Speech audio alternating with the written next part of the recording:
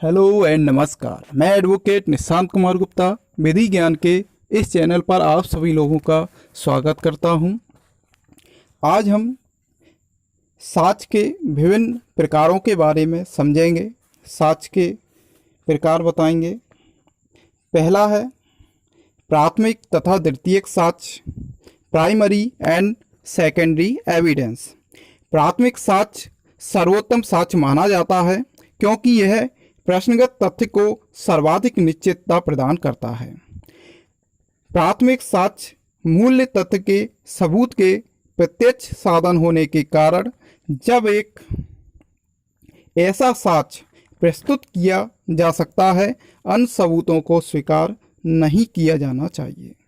भारतीय साक्ष्य विधि के अनुसार जिस साक्षी ने न्यायालय के समक्ष प्रस्तुत किए गए तथ्यों, मूल दस्तावेजों या मूल बातों का स्वयं की ज्ञानेंद्रियों द्वारा देखा, सुना या अनुभव किया हो, उसके द्वारा दी गई साक्ष्य को प्राथमिक साक्ष्य, प्राइमरी एविडेंस कहते हैं।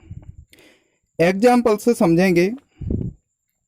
अपराधी को अपराध कृत्य करते हुए देखने वाले किसी साक्षी द्वारा दिया गया बयान प्राथमिक साक्ष्य होगा। इसी प्रकार किसी दस्तावेज की अंतर्वस्तु को साबित करने के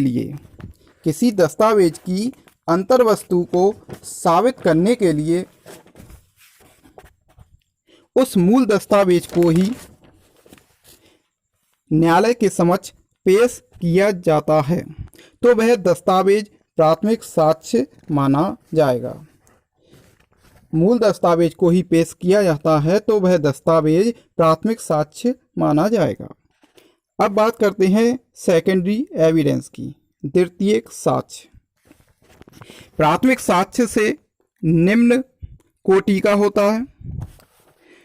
न्यायालय द्वारा मामले से संबंधित पक्षों को द्वितीयक साक्ष्य प्रस्तुत करने की अनुमति तब तक नहीं दी जाती है जब तक कि वह इस बात से संतुष्ट ना हो जाए कि उस मामले में प्राथमिक साक्ष्य उपलब्ध नहीं है। जब प्राथमिक साक्ष्य उपलब्ध नहीं है, इस बात की संतुष्टि न्यायालय को हो जाती है, तब वो सेकेंडरी साक्ष्य को एक्सेप्ट करता है। मूल दस्तावेजों की प्रमाणित प्रतिलिपियां या रासायनिक क्रिया से तैयार की गई प्रति की प्रतियां, मूल प्रति की प्रतियां, प्रलेखों का अंश, प्रत्यंश द्वितीयक साक्ष्य के उदाहरण हैं।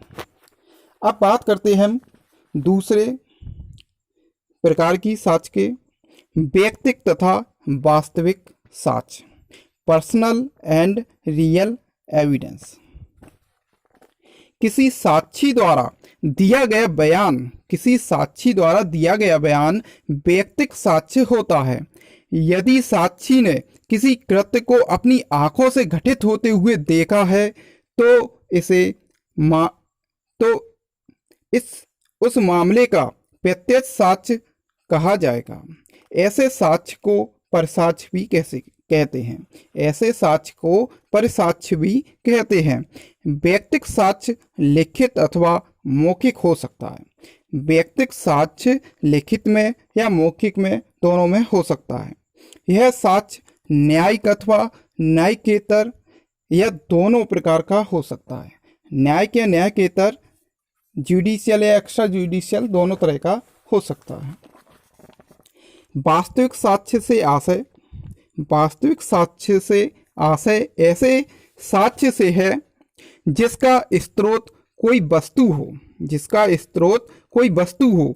यह साक्ष्य भौतिक पदार्थ के रूप में न्यायालय के समक्ष प्रस्तुत किया जाता है।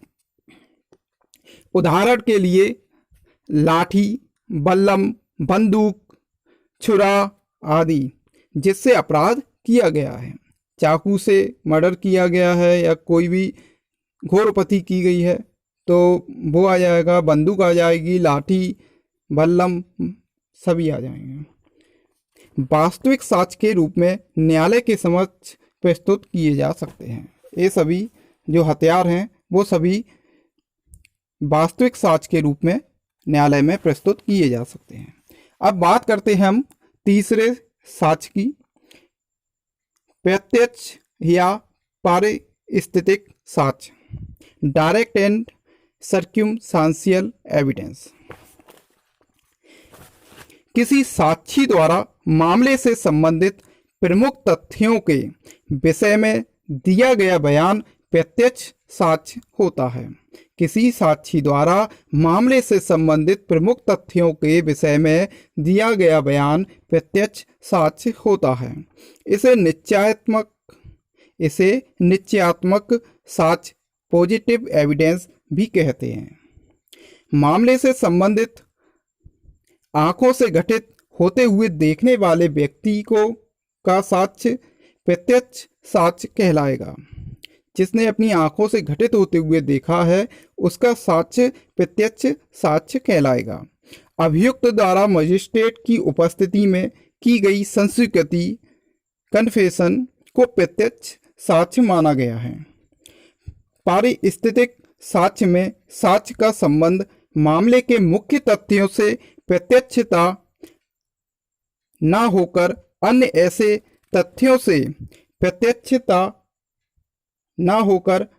तथ्यों से होता है जिससे प्रसंगत तथ्यों का अनुमान लगाया जा सके।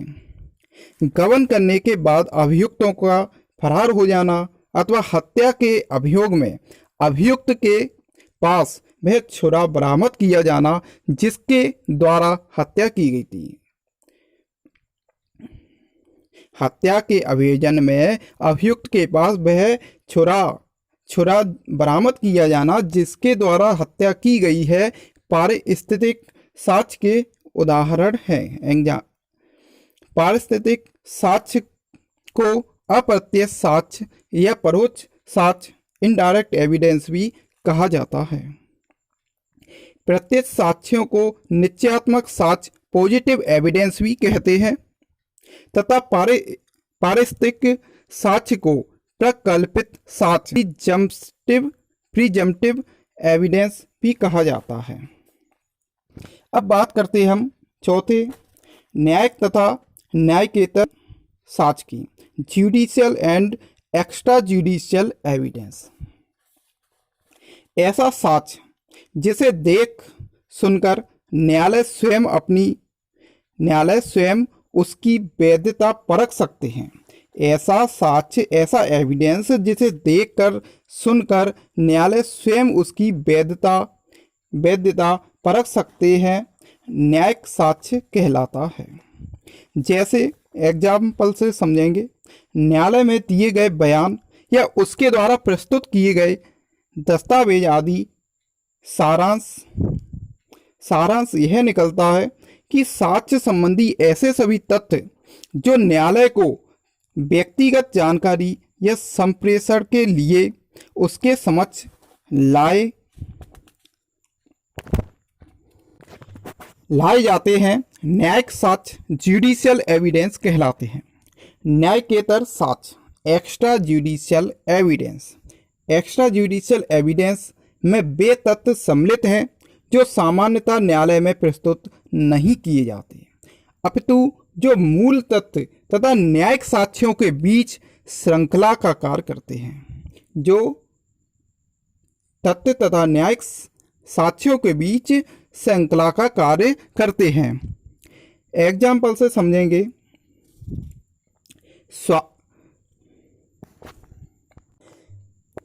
यदि कोई व्यक्ति अपने अपराध की संस्वीकृति न्यायालय के समक्ष करता है तो यह न्यायिक साक्ष्य होगा।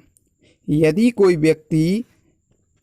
व्यक्ति अपने अपराध की संस्वीकृति न्यायालय के समक्ष करता है तो यह न्यायिक साक्ष्य होगा।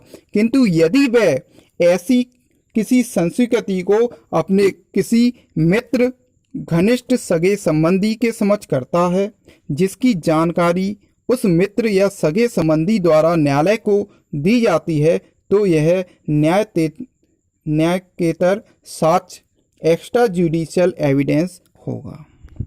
ठीक, अब पांचवा और लास्ट समझेंगे, मौलिक तथा अनुश्रुत साक्ष्य। Original and hearsay evidence. Original and hearsay evidence. जब साक्षी मामले के विषय में स्वयं की आंखों से देखा हुआ या कानों से सुना हुआ हाल न्यायालय के समक्ष बयान करते हैं तो ऐसे साक्ष्य को मौलिक साक्ष्य कहते हैं। मौलिक साक्ष्य की प्रमाणकारी शक्ति प्रबल होती है।